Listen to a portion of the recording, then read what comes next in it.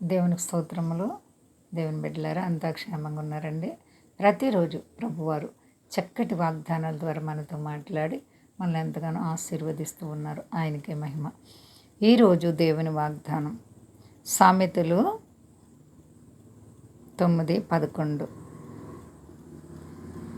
దేవుని వలన నీకు దీర్ఘాయువు కలుగును, నీవు జీవించు సంవత్సరములు అధికములగును. దేవుడి గొప్ప వాగ్దానం మన జీవితాల్లో నెరవేర్చునుగాక. దేవుని వలన మనకి దీర్ఘాయువు కలుగుతుందంటండి.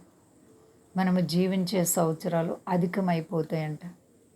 ఆయుష్కాలము దేవుని చేతిలో ఉంది. బ్రతకడానికి ఎంతో తలంచుతూ ఉంటాం. నేను ఇంకా ఉండాలి భూమి మీద, ఇంకా జీవించాలి, ఇంకా మరణం అంటే భయం. కానీ నీవు ఆయుష్కాలం కలిగి ఉండాలంటే దేవుని చేతిలో ఉంది నీ ఆయుస్సు. నీ ఆయుస్సును పొడిగించేవాడు దేవుడు. కాబట్టి మరి నువ్వు దేవునిపై ఆధారపడ్డావా?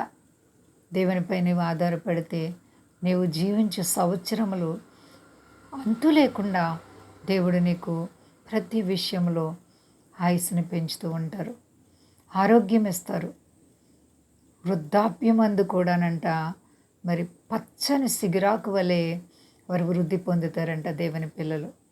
ఏమండి, ఆయుష్కాలం దేవుడు ఇచ్చేది. కాబట్టి నువ్వు దేవుని మీద ఆధారపడి జీవిస్తున్నావా? దేవుని బిడ్డగా నడుస్తున్నావా? భయంకరమైనటువంటి పాపపు లోకములో మనం పాపపు కార్యాలు చేయకుండా పరిశుద్ధమైన జీవితాన్ని కలిగి ఉంటే మన జీవితాలు ప్రభువైన యేసుక్రీస్తు వారు మనకి ఆయుష్కాలం ఇచ్చి, ఆరోగ్యం ఇచ్చి, ఐశ్వర్యం ఇచ్చి వృద్ధి పొందిస్తూ ఉంటారు. చాలాసార్లు మనం బ్రతకడానికి ఎన్నో ఆలోచిస్తూ ఉంటాం. అమ్మో, బలహీనత వస్తే ఆ ఆసుపత్రి అని, ఈ ఆసుపత్రి అని. ఎందుకంటే ఇంకా బ్రతకాలని ఆశ.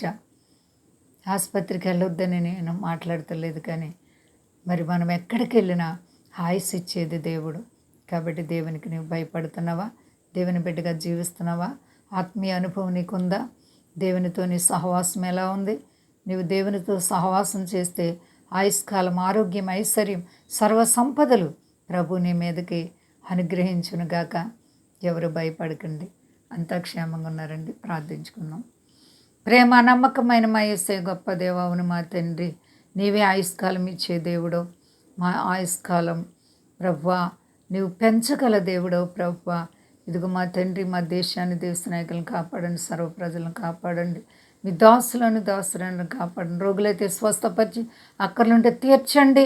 మీ నామం గొప్ప చేసుకుని ఘనత పొందు. శక్తి గల యేసయ్య నామమున నడుచున్నాను తండ్రి, ఆమేన్. అందరికీ వందనాలండి. మా కొరకు, పరిచర్య కొరకు అందరూ ప్రార్థించండి. ప్రభువారు మిమ్మల్ని, మీ బిడ్డలను, మీ కుటుంబాలను దీవించి ఆశీర్వదించునుగాక. ఆమేన్.